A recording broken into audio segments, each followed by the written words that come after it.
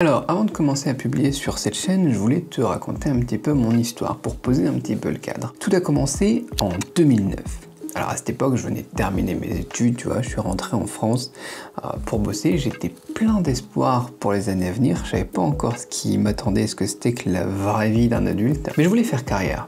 Et grâce à mes compétences linguistiques, tu vois, je parle anglais, je parle chinois, et à mon expérience à l'étranger, du coup, j'ai pu trouver un emploi dans le domaine de l'import-export. C'était un boulot assez fatigant. J'étais très occupé, j'étais cadre dans une PME. Mais comme je l'ai dit, voilà, j'étais plein d'espoir pour l'avenir, et puis je me dis, bon, ça va bien se passer. En 2010 ou en 2011, je sais plus exactement, j'ai été exposé à YouTube, j'ai bien aimé, ça m'a beaucoup plu.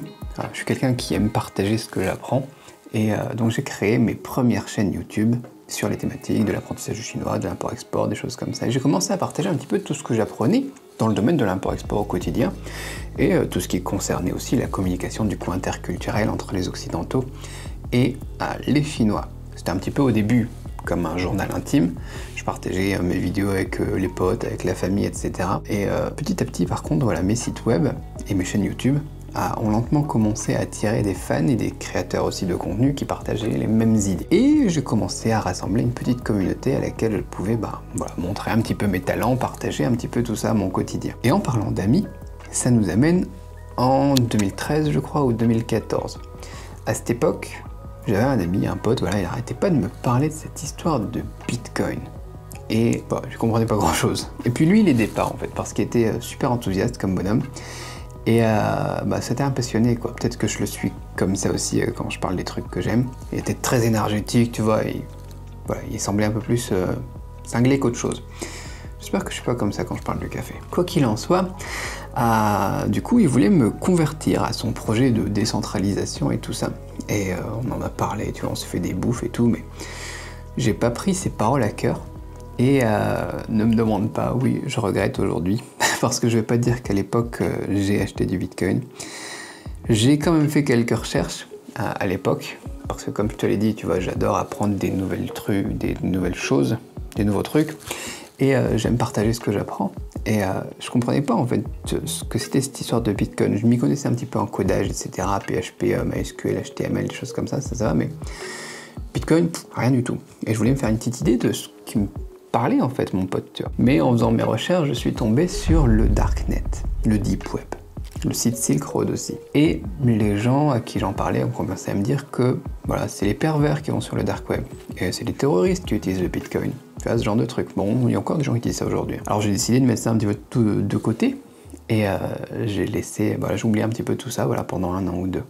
Et en 2015, sortie d'Ethereum. Mon pote, il revient me parler de tout ce truc de crypto et tout ça, et puis il me dit, voilà, essaie de m'expliquer à quel point c'est un projet super intéressant et encore un truc révolutionnaire, etc. Tu vois, ça a commencé à aiguiser ma curiosité, mais tu sais, voilà, je suis un gars prudent, donc j'ai décidé de regarder tout ça se dérouler de loin. Et j'ai décidé d'attendre et de voir, et là j'ai commencé à, bien évidemment, surveiller tout ça, mais j'ai raté encore une grosse opportunité. Celle-ci, je la regrette encore plus parce qu'à l'époque, c'était pas comme en 2013.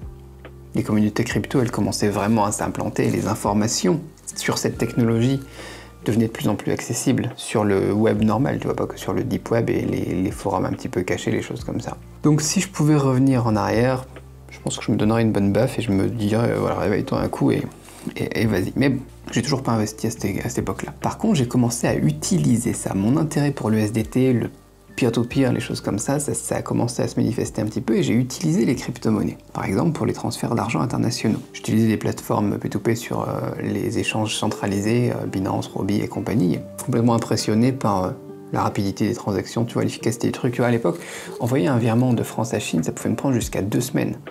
Dédicace à la HSBC.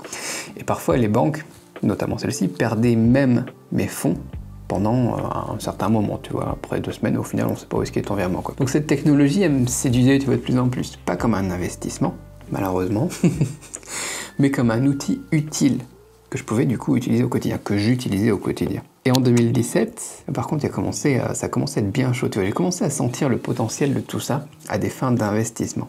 Mieux vaut tard que jamais, hein, voilà. Et donc, je m'y suis essayé un petit peu, j'ai participé à des ICO et tout. Et au début c'était génial, franchement ça se passait bien. Et voilà, j'enchaînais ICO sur ICO et je commençais à penser que j'étais un bon investisseur. J'ai même commencé à faire du trading sur le Forex, des trucs comme ça. Je voulais pas rater d'occasion en fait de gagner plus d'argent. Mais ce que je savais pas, c'est que il y avait deux problèmes. Le premier problème, c'est que quand le marché est haussier, en fait, même si tu es un mauvais investisseur, c'est difficile de perdre de l'argent.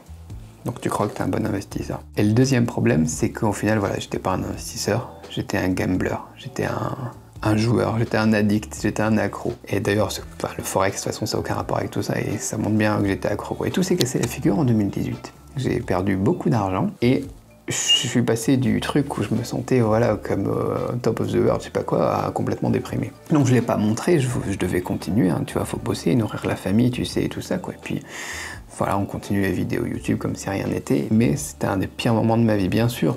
J'avais toujours mon travail dans l'import-export, j'ai quand même fait pas mal d'argent avec tout ça, mais j'avais l'impression en fait d'être bloqué. Je savais pas comment passer au niveau supérieur. Je voulais pas rester juste occupé toute la journée pour le reste de ma vie et puis continuer à bosser comme ça. Au final, tu vois, mais c'est comme les vidéos YouTube, les trucs comme ça, c'est des périodes que j'ai, des moments où j'ai envie de le faire, des moments pas du tout. En 2021, tu vois, on a eu un autre marché haussier. Et là, j'ai recommencé à avoir un petit peu d'espoir. Mais, pas pareil. J'ai appris de mes erreurs, tu vois, je savais que j'étais un mauvais investisseur, donc j'ai beaucoup bossé au niveau de l'apprentissage, apprendre à investir, apprendre surtout à contrôler mes émotions et à prêter aussi plus d'attention à des trucs comme les monnaies principales, tout simplement, ETH, Bitcoin, etc., pas juste les conneries, quoi. Et petit à petit, j'ai commencé à me faire la main avec l'investissement dans la crypto. Et j'ai quand même fait des autres projets comme Alchemy Pay parce que je pense que simplement sur le plan du projet, en fait, le côté pratique, les use cases des projets, en fait, dans le monde réel, c'est pour moi très important. Donc j'aimais bien aussi des projets comme Alchemy Pay, j'en avais peut-être parlé à l'époque. En février 2022, si ma mémoire est bonne, je vais regarder mes notes. C'est ça, en février 2022, j'ai acheté du Bitcoin dans les 30K. Et même si le marché a été baissier après ça, j'ai pas vendu. Comme j'aurais fait par le passé, en fait, tu vois. Contrôle des émotions. Très important. Et ça a porté ses fruits. Fin 2023, lorsque le prix était supérieur à 30K, j'ai vendu les bitcoins que j'avais. J'ai pas gagné grand chose, mais pour moi, c'était plus comme une grosse victoire personnelle. Ouais, au final, c'est pas très positif mon histoire, hein, quand même. Bon, il y a des gens qui ont fait mieux que moi, mais bon. Voilà, j'étais plus confiant du coup à ce moment-là sur ma capacité à investir, à mieux gérer les risques, contrôler mes émotions, etc. Donc je me suis remis à investir, et même dans des meme coins, des altcoins, etc. Et j'ai commencé à ce moment-là à gagner vraiment de l'argent avec les cryptos. Et d'ailleurs avec les altcoins et les meme coins, c'est là aussi où j'ai appris le pouvoir des communautés. Tu vois, comme je te le disais, avant ça en fait, moi j'investissais que dans des projets avec des vrais use cases, des trucs pratiques, des trucs utiles. Mais maintenant je comprends pourquoi est-ce qu'on peut aussi acheter des meme coins et pourquoi ça peut faire du sens parfois, parce que la puissance des communautés c'est juste hallucinant. Enfin bon, quoi qu'il en soit, on digresse. Ça nous amène aujourd'hui à là où je suis, tu vois, du moins au début de l'année 2024, parce que si j'ai gagné un petit peu d'argent en 2023, c'est rien comparé à ce que j'ai fait début 2024, et notamment tout ce qui était au niveau des meme coins, le SHIB, les trucs comme ça, les Dodge et autres conneries. Et je suis heureux de dire qu'aujourd'hui en fait je suis plus coincé dans mon boulot d'import-export. J'ai pris ma retraite dans le courant de l'année dernière et j'ai déménagé en début de cette année en Nouvelle-Zélande pour commencer une nouvelle vie tout simplement. J'ai pris une petite ferme ici, j'ai des poules, des alpacas et des moutons, des trucs comme ça, et comme je te le dis, voilà, j'aime partager et c'est ce que je compte faire sur cette chaîne. Par contre, ça va pas être une chaîne comme les autres, le but c'est pas de te chill tel ou tel projet, je veux juste partager avec toi mon expérience et ma vision sans fioriture. Si c'est quelque chose que tu souhaites voir, abonne-toi. Et rendez-vous dans la prochaine vidéo, tout simplement. Ouais, voilà, c'est ça le but. Et tout ce que j'ai fait par le passé aussi, niveau formation, chinois, import-export, etc., mes chaînes YouTube et compagnie, pareil. Je mets tout gratuit maintenant. J'ai pu changer de vie et j'ai envie d'en faire profiter un maximum aussi de personnes et dire merci à toutes les personnes qui m'ont permis quand même d'arriver ici. Du coup, voilà.